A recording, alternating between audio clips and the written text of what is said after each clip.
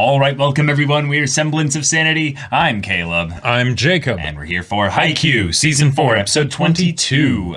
The potential final episode of this match, maybe? I would say that there's a very high likelihood, although I would say that there is also an equally high likelihood that the next episode is probably going to be the last one. Because we're still pretty early on in the third set. Yeah, we are. We haven't given as much focus to the match dynamic, really. It has been more within this third set. It's been more based around the backstories, a bunch of other character stuff, so it's slowed down the overall pace of the game. So if this one wants to be the one where they bring it up to the they're both tied at 2020, you know, that could be like where it'd be a good spot to kind of end it there, because that's still, even if they're like something like 8 to 9, 7 to 9, something like that, that's still about 20 plus points that we would need to see. And this does not need to be a 25-point win for the set. No. It can easily go into some crazy territory. Yeah, if anything, I could definitely see it going into the 30s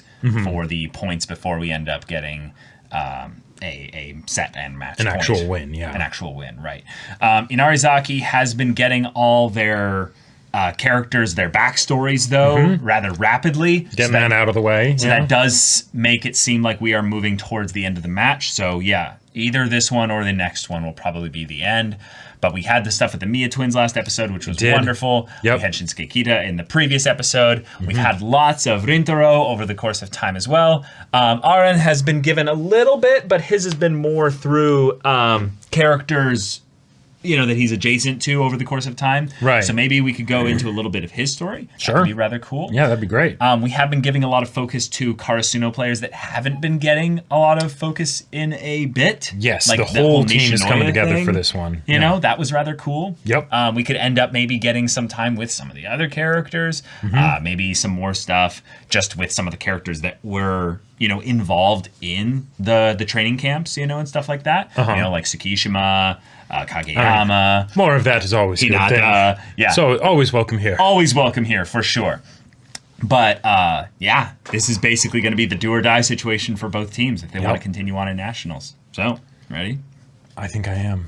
Well, without further ado, let's get into this. All right, everyone, now be sure to go check out the reaction portion of the video in the description below, then come back here for the discussion.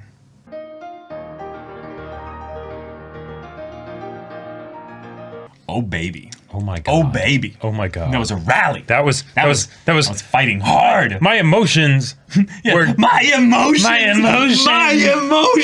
Like they were just getting hit back and forth the other side of the court with the volleyball. Like, oh my god.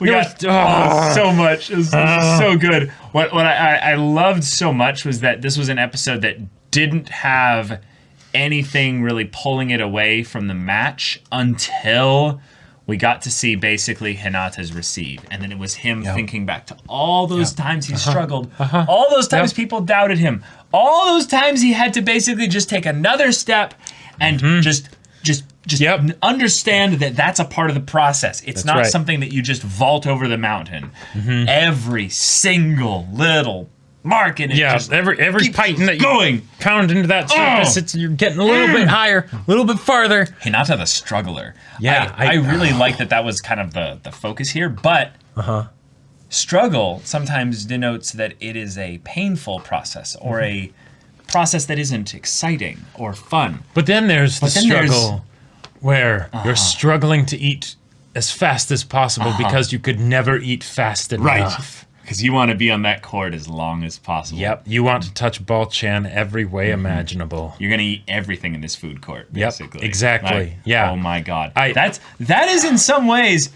I'm not even kidding. That is in some ways the reason, actually, as to why a lot of, even though sometimes it's actually just marketing for like a food product as it's a pro-Japan thing, but that is why a lot of the times, I would guess, protagonists have that, hungry shonen boy and I eat all the things. It's their passion and their drive to get at whatever the thing is that they're going for with gusto and ferocity and just excited tenacity. And that's what Hinata is. Yep, he exactly. is that whole element of the passion, but it is in the package of someone who, with regards to their skill that they're focused on, they're all kinds of lopsided.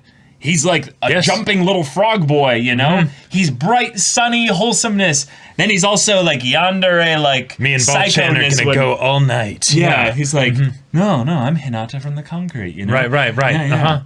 God. Then you know, until recently, right, receiving Hinata? No, Hinata the ball boy. Oh, I'm so proud! Because just like a yandere, wherever Ball Senpai goes, he will be there, watching, ready, waiting. Yeah. Ball-chan cannot escape him. So, oh my god. Oh man. So, couple things that they did kind of just in general with this episode is they set up Inarizaki to be the ultimate challengers by getting us to basically root for one of their players via the focus of him getting another shot at doing a pinch serve kind of moment there. And it was really cool because while this guy is the underdog on Inarizaki, who is ranked 2 in the country, and while they are the ultimate challengers in that this is a big deal for them being here on the stage where this is this is their time to basically shine on all the things that they've proven over the course of time that they're capable of doing. And you know they're projected as like far as the commentary was before they went into the actual games and stuff. They were talking, I believe, that Inarizaki. God, these names sometimes blur in my mind. Is like one of the projected ones to be at the end. You know, like right, exactly. Them versus Tachiyama. But like Inarizaki is having to fight tooth and nail for this one here. We are seeing their hunger, their passion, their we want this. And it's looking like it's going to be matched by Karasuno's as well. Which means like they really want this to be as close as possible down to the, it's going to be that kind of a game where the last, set is killer. I'm so ready. Oh my god. So this game has been quite good. Oh, yes. You know, you could say that. Yeah, one might say that it has been, a bit above average. You know. The fans, in the stands, would probably, be a little bit more extreme in that critique, but yes. Yeah.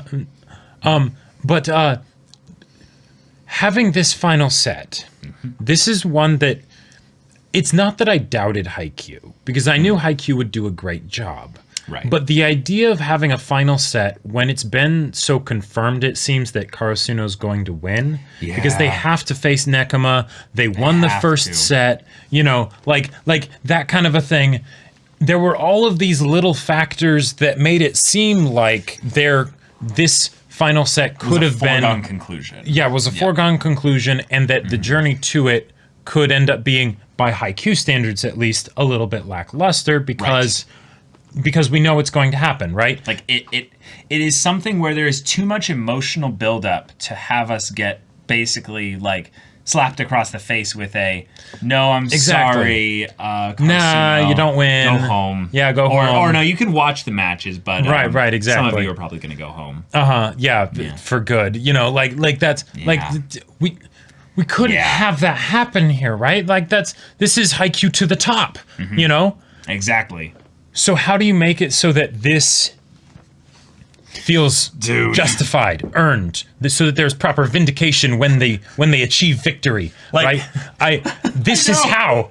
This is how. This is how you do it. Like Inarizaki getting not only a series of points to take the lead and stuff like that, and stealing the momentum.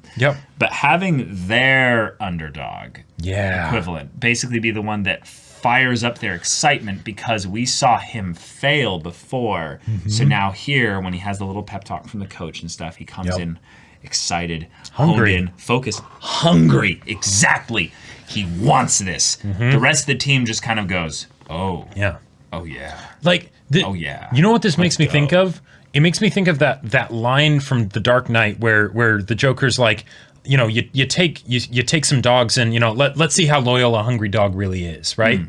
Like there's that connotation of like, how barbaric, humans can get and things like that, right? Gotcha. But let's talk in the situation of this sport of volleyball, right? Mm-hmm. Where you have a bunch of people and they are hungry. Like just to show how hungry for the win these boys are, right? Right. It's not just the thing of the, I think I should eat something. It's I'm starving. I am starving. I need to eat something. And when I get that thing, I'm going to tear it up, right? I'm not going to eat it slowly. I'm going to devour it. Yeah. And if there's something that is going to get in my way, I will do whatever I have to get to the food on the other side, right? Yeah, I gotcha. Both teams kind of have that here, right? That's one of the reasons that it makes for such an engaging match to watch, right? Right? Yeah, but I think the best instance of that this episode though was more what Miyatsumu did, where he basically played to the fact that Hinata is a first year and a little bit overzealous, so he made him make a mistake on a technicality that he was correct in assuming that Hinata had never experienced before. Right. So, like, that's the kind of, like, dirty playing. Exactly. Haikyuu and volleyball as a sport is more of a team thing in that it's about you connecting with your allies rather than destroying your opponents, if that makes sense. Yes, it's all done in a very wholesome, awesome way. Well, right, but I mean, like, there's only that initial point where things cross the net when you actually interact with the other team, basically. Yeah. Otherwise, it's just the serve, really. Like, and the serve is kind of a way that you interact with them, but it's more and kind of the receives, but yeah. Mm-hmm. Yeah, it's like that's its own. Right, it's an indirect connection, with the other team. Right. Because, right. But the hunger thing also does kind of emphasize that bit that you're saying about the competitive thing of where we are here to take this from you, and this is our food, our table. Yep. Why are you here taking the food from our table? In this battle for survival, it will absolutely be a fight to the death over this kill. Yeah, exactly. Yeah. I love, though, that while Hinata exemplifies that hunger, like that is kind of one of the things that's made him so wonderful for the team as a whole. I will always tout season 2 as one of the best moments for the show because it was Haikyuu, Hinata's hunger and desire to evolve that was immature on some angles with the way he was executing and handling it. Yep. That led to the rest of the team kind of bumping up into that kind of awkward thing of the, like you're saying, the ravenous dog that is biting other things that aren't starting food. To bite its own pack. And it's like, what do we do? Because I'm hungry. Let me gorge myself. Exactly. And this is something where the hungry dog, the wolf that originally would not have been the pack leader, right? Because he is a decoy, right? Even when they did that, Hinata was not the one who got the ball set to him, right? So but in his hunger, he is able to lead the pack, right? He is able to have them be like, all right, we're on the hunt now, and the kill's close and it smells good, and oh yeah, aren't you all hungry? Can't you feel it? Yeah, that void down in your stomach. They're gonna take away your food. We're not gonna let that happen, are we? No. And we thought they took it away from us. Oh no. They have it right now, but we got that bite. Wasn't that a good bite? Like, oh my God. I love how Hinata just effortlessly, he wasn't even trying to do this, right? Right. He was just so excited about the fact that he got a receive in, and not just any receive. And it was a perfect receive at the perfect time when we got when we got a set to a spike, right? Yeah. Like that's crazy. That's nuts, crazy. Yeah. On this, and even though they didn't end up getting the point from that, right? He did it, right? Did it, yeah. And then, it's enough to shake everyone out of it, because even if they didn't get that point, that was fantastic. We were giving them a real run for their money. Yeah. Yep. All right, it's close. Let's go get it. Like, right. Isn't it amazing? Oh, like this is the thing that I just love about Haikyuu so much. I think that there are a couple shows that do this in spurts, where they do it like every once in a while.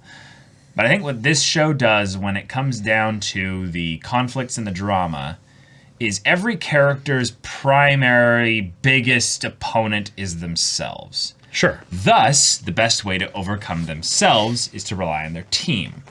Perfect for a shonen. All the Nakama stuff in there. Yep. It's so good. That was Kageyama's development. It was in some ways Hinata's as well.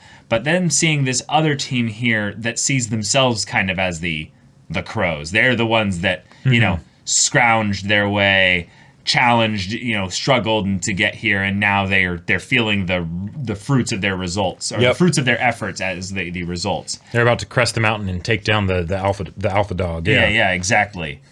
But while they're not looking back, at what they are, or where they've come, on the Karasuno side of things, Hinata has a present moment, and he's perfectly aware. He sees it happen. I love the moments where we show the slow motion animation of Hinata seeing the ball moving all the way into his hands and stuff. It's those moments that just harken back to the nostalgic early stuff of Hinata getting those sets from Kageyama for the first time. But Hinata thinks back and realizes all that struggle, all those yesterdays, all those memories, all that work brought him here. Yep. And when everyone else realizes, oh, in this moment here, not only are we losing, we were getting outpaced. Hinata focuses not on the point, but on basically the thing of, in this moment right now, I am having the best time of my life because of the past thing that happened there. So, look into the past thing there and acknowledge that. Hinata received on a Daichi level. That was a Daichi level receive. Yeah, we had that serve that was sent to Daichi and it knocked him over, right? Oh, yeah. Right? And it's because even for Daichi's not a small dude, right? But that was a crazy serve. I mean, those balls come in hard, even though the volleyball is not heavy by any stretch of it, really. It's coming in fast. Yeah. Right?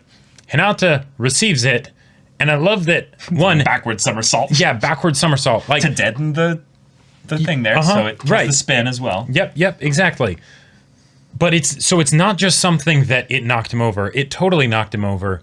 But he rolled back up to his feet. Something where his own small stature, right, his small size, actually helped. Yeah. Because then he was able to receive it and instantly be ready to go again. Yep. Where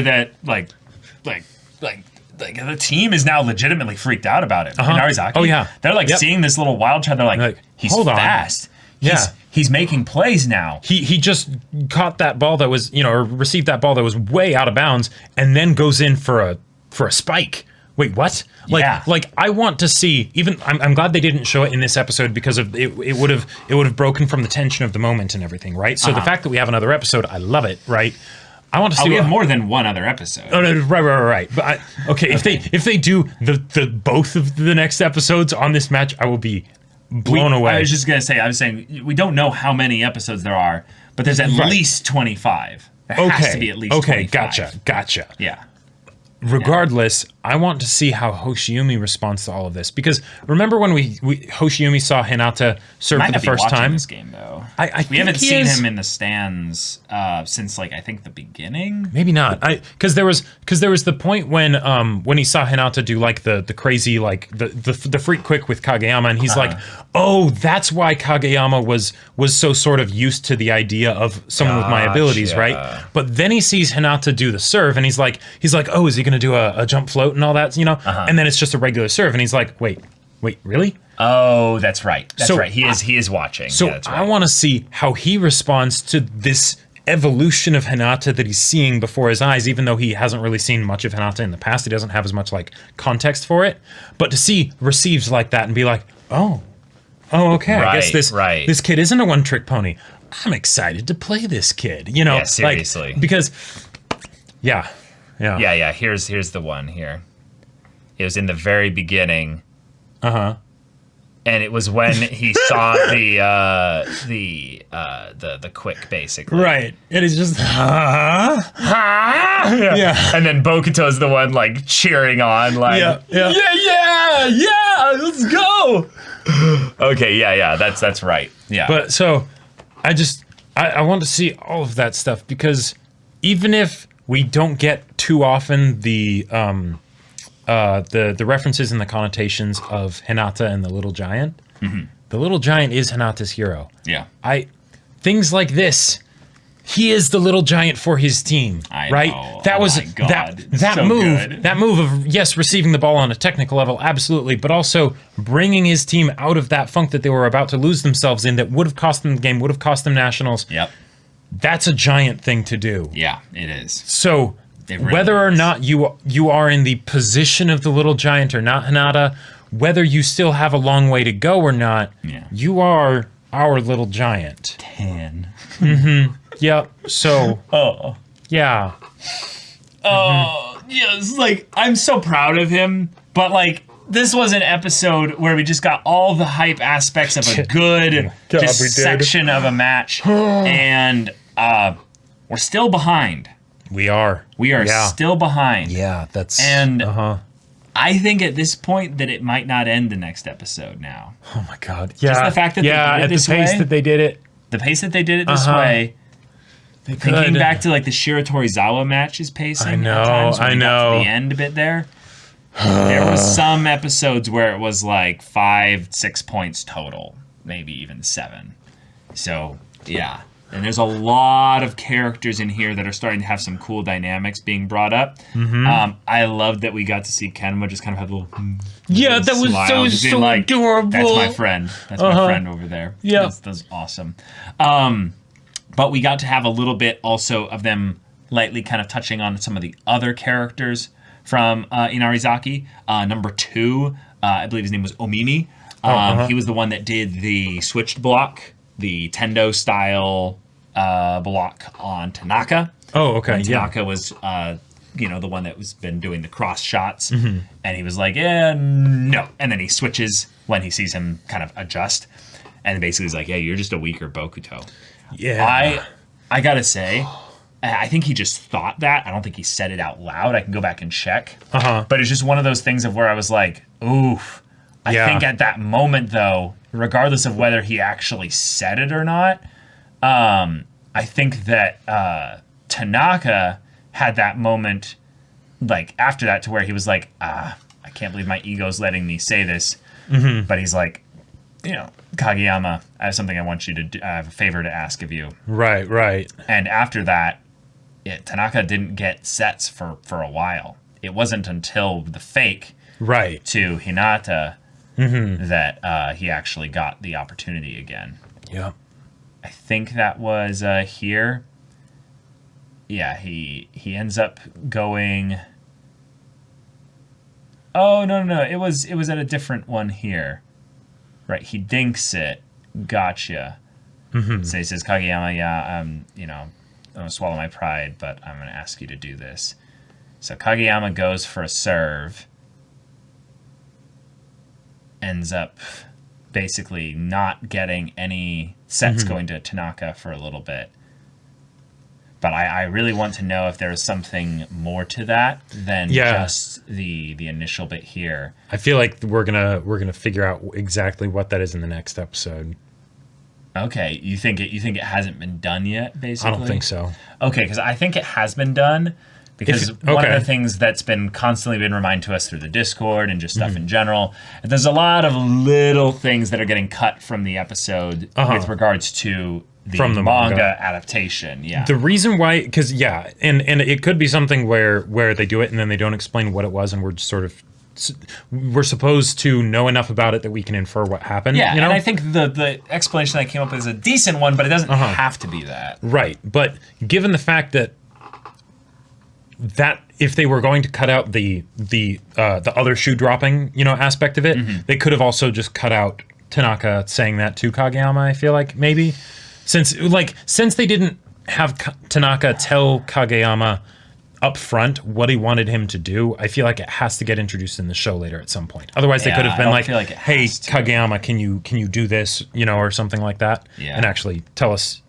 I'm with you in that I would expect it to, but I feel like because of the way Tanaka didn't get a set until the 5-man synchronized thing, and then he was the one that got the set there. And it was a swallow my pride kind of thing, meaning like this is something that is a negative for Tanaka after he was shut down, basically, and forced to then... his block was so good that he had to dink it on the previous one. I'm guessing then that it was something that was basically in the gap time there, and we're just supposed to infer on it. Because at this point, and this is something I'm really, really respecting Haikyuu more and more, is we are not getting a lot of retold exposition on things that we've already experienced in previous games. Like, the only time we got that really this episode was the crossing the net kind of thing. And that's a great one, because it wouldn't come up very often. It makes sense that Hinata would be the one to get lured into something like that. Yep. It's something that's never happened in the show before. It's something that's never happened in the show before, and it absolutely makes sense that Mia would use something like that in this situation. Right, but it's also something where we would never know why the point would happen unless the exposition was given. Exactly, right, yeah. So it's they have the character that's watching that is the audience and is like, wait, why'd they get a point for that? Yep. Mm-hmm. And then her boyfriend explains the thing there. Also, I gotta say, the shot of Karasuno after they lost the point, lost the point and stuff like that, it totally reminded me of the first game against Abu Jasai. Yeah, it totally reminded me of that. But it had different players on the ground, and this was the thing that I thought was rather cool. Look who's on the ground and look who's standing. Do you notice a pattern? All the first years are standing. All the first years are standing, and all the senpais are. And it's not that the first years are like not tired or anything. No. They're still they're ragged and everything, but they're still up. Right. Yeah. What I feel like this episode was doing, and I feel like this is a really cool theme thing they're setting up, is the passing of the torch. Yeah. Is that the older characters on Karasuno's team are Karasuno's in good hands. Basically gonna be okay with these first years being the new second years, and our second years being amazing third years. So while they are blaming themselves a little bit for this point here, because that is such an awkward thing that I've experienced in baseball, which is when you're in the outfield, there is an initial set of about 3 steps that is important to shift your momentum towards where the ball is going if you're not under it properly.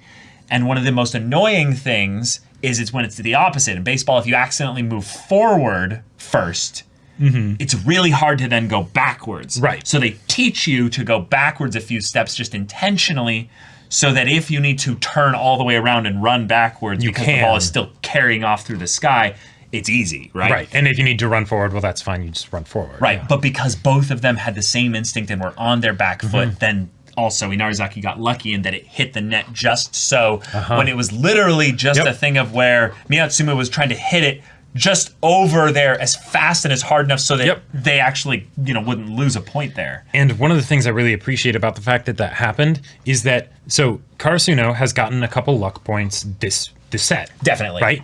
And the Daichi receive all the way over. Yep, exactly, right? And that makes sense. That kind of stuff happens in games. Totally. One of the things you want to do, though, because this is such an important match in just the plot of everything, is that you don't want it to feel like Karasuno lucked out and didn't actually earn this victory. Yep, true. So, by making it be something where, yes, they do get some luck points, and yes, it does help a ton as far as the psychological benefit of okay, they're not that far ahead, we can do this, guys.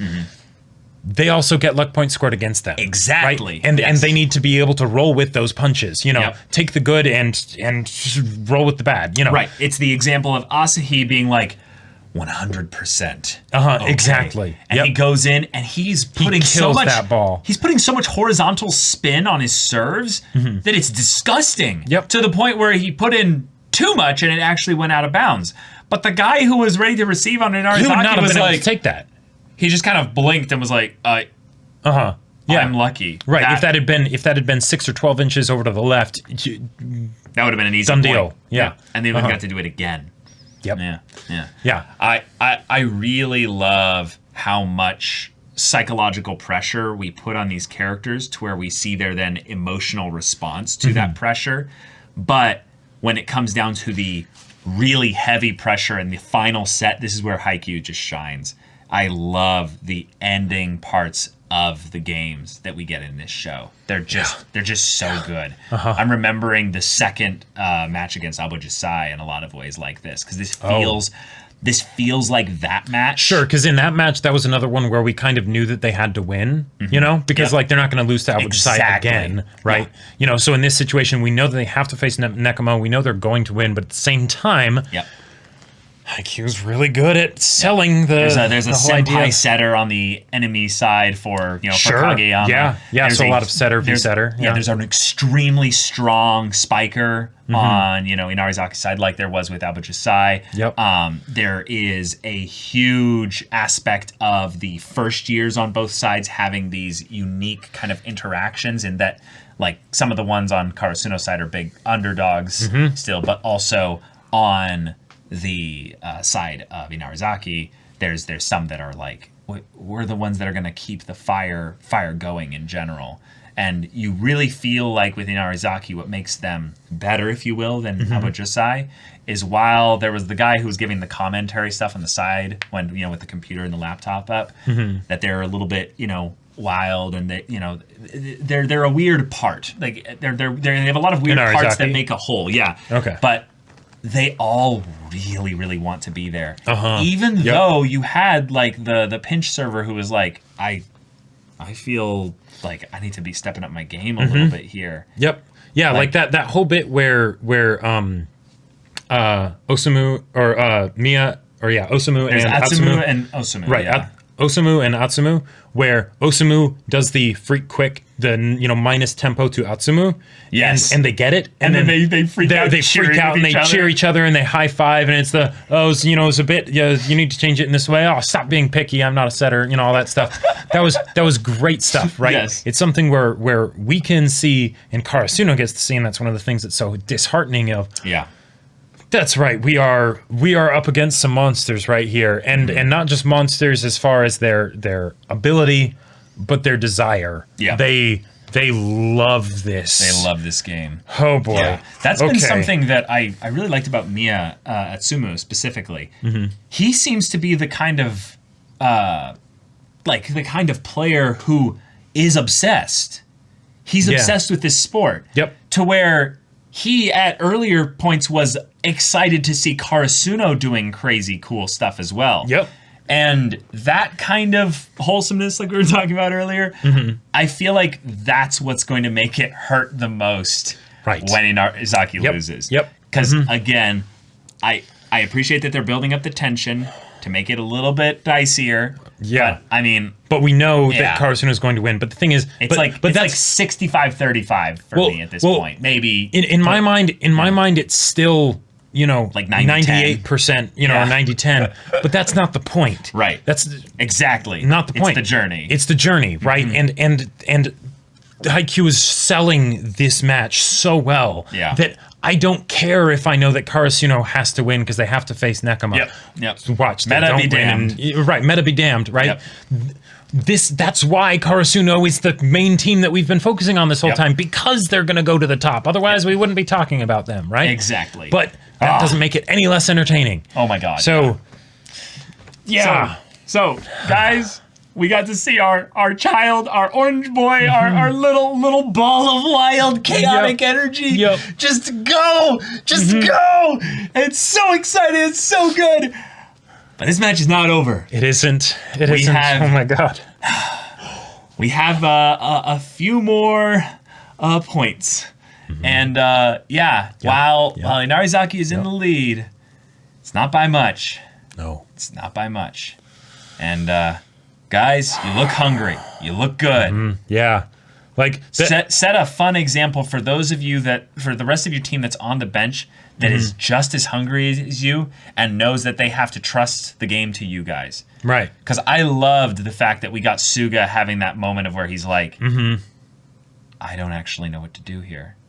But then Hinata starts doing his thing and he immediately realizes that's it. I'm going to laugh with him. Yeah. And then the rest of the team immediately. And it's like this 1, 2, 3. Like 1, 2, 3. But the fact that Suga was the first one, because he's like, I know. I'm on the bench. I'm not as good as you guys out there. But I'm hungry too. And hunger recognizes hunger. That's right. And I've been watching you eat that food, Hinata. You make me hungrier. You make me proud to be on this team. Proud to be your mom. Your mom on the team. Yeah. So hell yeah, let's go. The one Get thing that bread. right. Yeet this wheat. Yeah. Obtain this grain. Go for the dough. All of it. One of the things that I was actually a little bit curious that they didn't have happen, because I thought this was going to be the direction they took it, and I loved the direction they ended up taking with showing Karasuno all like the energy coming off of them and all that. Because Haikyuu doesn't do stuff like that often, but when they do, you know, it's for things like this, and it's well earned, right? It's good. But for Atsumu, I almost thought it was going to be something the thing where and once there's that bit of hunger, then everyone else starts to get hungry. I thought it was going to be something where he'd start to be like, oh, okay, oh yeah, Osamu, this is it. This is, like I thought we were going to get more pissed off that they were still hungry after all that. And I'm not sure if that's the sort of fatal flaw in the thematic element of maybe his hunger isn't actually as strong as Hinata's, that he doesn't relish the idea of what's going to happen here. Oh, wait. I think you're onto something here. So in the backstory, it was a point of showing that Atsumu wants volleyball more than Osamu. Right. But I think Hinata wants it more than Atsumu. Yeah. This wild child first year that's not as good as you, but is because infinite tier in terms of energy. The question mark, just doesn't make sense. That Kenmore put up. With that hidden smile from Kenmore was so good. But I thought it was originally going to be something where it was more of the Kenpachi Zaraki kind of this is awesome. Yeah. And they didn't. No. So are the cracks showing? I can't wait, dude. I can't wait. But y'all, thank you so much for watching this episode's reaction and discussion. If you want to see the next episode's reaction and discussion, gotta wait till next week with us. It's gonna be all right. But you can check out our full-length timer versions of the reactions in the description below. That's our Patreon. Any level of support there gets you access to our Discord, where you can chat with us in the community there about Haikyuu, anime in general, and also be sure to check out our Twitch channel. Right. So we stream Monday through Friday, 3 p.m. Pacific time for each of those days. Mondays do podcast. Tuesdays is One Piece dramatic manga readings. It's great. Definitely check it out. Wednesdays and Fridays, Kale does gaming. Yeah, I'm playing Hades right now. I'll be following that up with Cyberpunk 2077 in December. Yeah, so make sure to check those out. And then on Thursdays, I do gaming, which right now is Persona 4 Golden. So if any of that interests you, we'll see you there. But until then, we're Semblance of Sanity. I'm Caleb. I'm Jacob. And we'll see you all next time.